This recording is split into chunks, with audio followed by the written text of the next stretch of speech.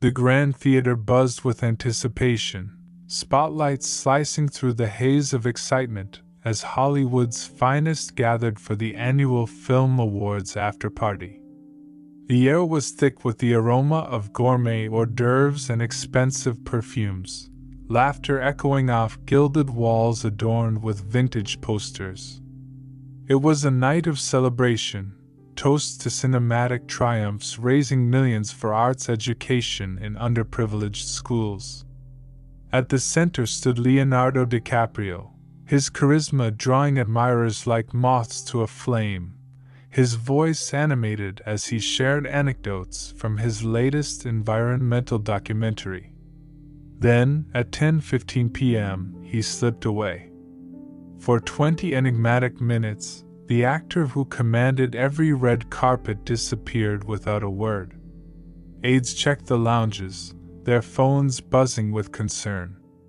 Guests murmured, glancing at the vacant spot where he'd been mingling. Where had he gone? What could lure him from the glamour? Upon his return, his cufflinks slightly undone, a subtle warmth in his gaze, the revelation was profound. And when it emerged, the applause rippled through the venue like a standing ovation. The Regency Theater was a beacon of Tinseltown elegance, its Art Deco facade glowing under neon lights, its interiors a blend of plush velvet seats and crystal accents. The after-party was electric, cascading champagne towers, celebrity selfies amid bursts of flashbulbs, and a jazz band crooning standards that set toes tapping. DiCaprio was the evening's draw, his environmental advocacy boosting attendance and donations for youth arts programs. He'd arrived in a sleek black tuxedo, his smile easy as he navigated the throng, fist-bumping directors and hugging co-stars. His impromptu toast had been vintage Leo, passionate, eloquent, laced with urgency about climate change. "These kids," he declared, glass raised high. "They're our future storytellers. We owe them the tools to dream big." Applause thundered, but insiders spotted a momentary vulnerability, a distant look as he fingered a crumpled note in his jacket pocket. Pre-event, he'd been uncharacteristically subdued, skipping selfies for quiet reflection. As the party surged, the room thrummed with deals and dalliances. DiCaprio held court near the bar, regaling a cluster of producers with tales of underwater shoots. "It's all about perspective," he quipped, eliciting chuckles from a rising starlet. Abruptly, he halted. A young man in a waiter's vest neared, his posture rigid, hands fidgeting. "Mr. DiCaprio," he murmured, voice cutting through the din. "It's important. Please." Leo arched a brow, curiosity overriding annoyance. "Quick chat," he replied, nodding apologetically to his group before trailing the waiter through a concealed exit into a shadowed backstage area. The crowd's buzz dimmed to whispers as time elapsed, 5, 10, 15 minutes, the void of his absence palpable.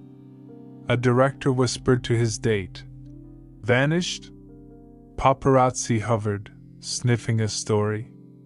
Security tensed, fingers on earpieces. In the maze of props and cables, the glamour faded to utilitarian grit, air scented with dust and old grease paint. The waiter, named Alex, guided him swiftly, his resolve firm. "This way, sir," he said. "He's waiting." DiCaprio's intrigue deepened as they entered a modest dressing room, door creaking open to reveal a boy of about 12, perched on a stool in faded jeans and a hoodie. His name was Jamal, eyes wide with awe, a sketchbook clutched tightly. "You're here," Jamal breathed, voice tentative yet thrilled. DiCaprio paused, composure cracking into genuine surprise. He eyed Alex, Then Jamal, connections forming.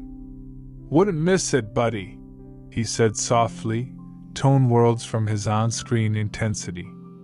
He shut the door, sealing them in privacy. Jamal was a student in one of the funded arts programs, battling dyslexia that made school a struggle. Weeks prior, he'd sent DiCaprio a drawing via a charity outreach, a vivid ocean scene inspired by The Revenant, with a note, "You fight for the planet. I'm fighting to draw my dreams." It had landed on Leo's desk amid fan art, but this one resonated, evoking his own youthful passions.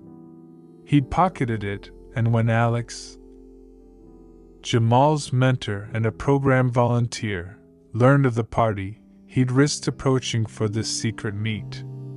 In the cramped room, lit by a single bulb, vulnerability bloomed. DiCaprio sat cross-legged on the floor, matching Jamal's level. The boy shared his sketches, voice gaining strength as he described visions of eco-heroes.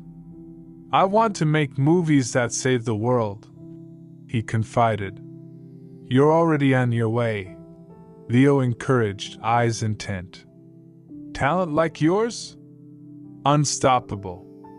Jamal's grin lit the space, then he asked shyly, "Ever doubt yourself?" The query pierced Leo's guarded exterior.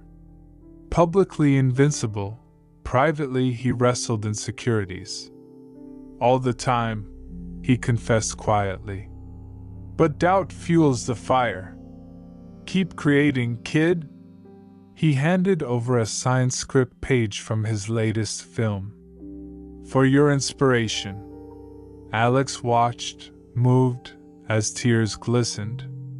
20 minutes evaporated in heartfelt exchange.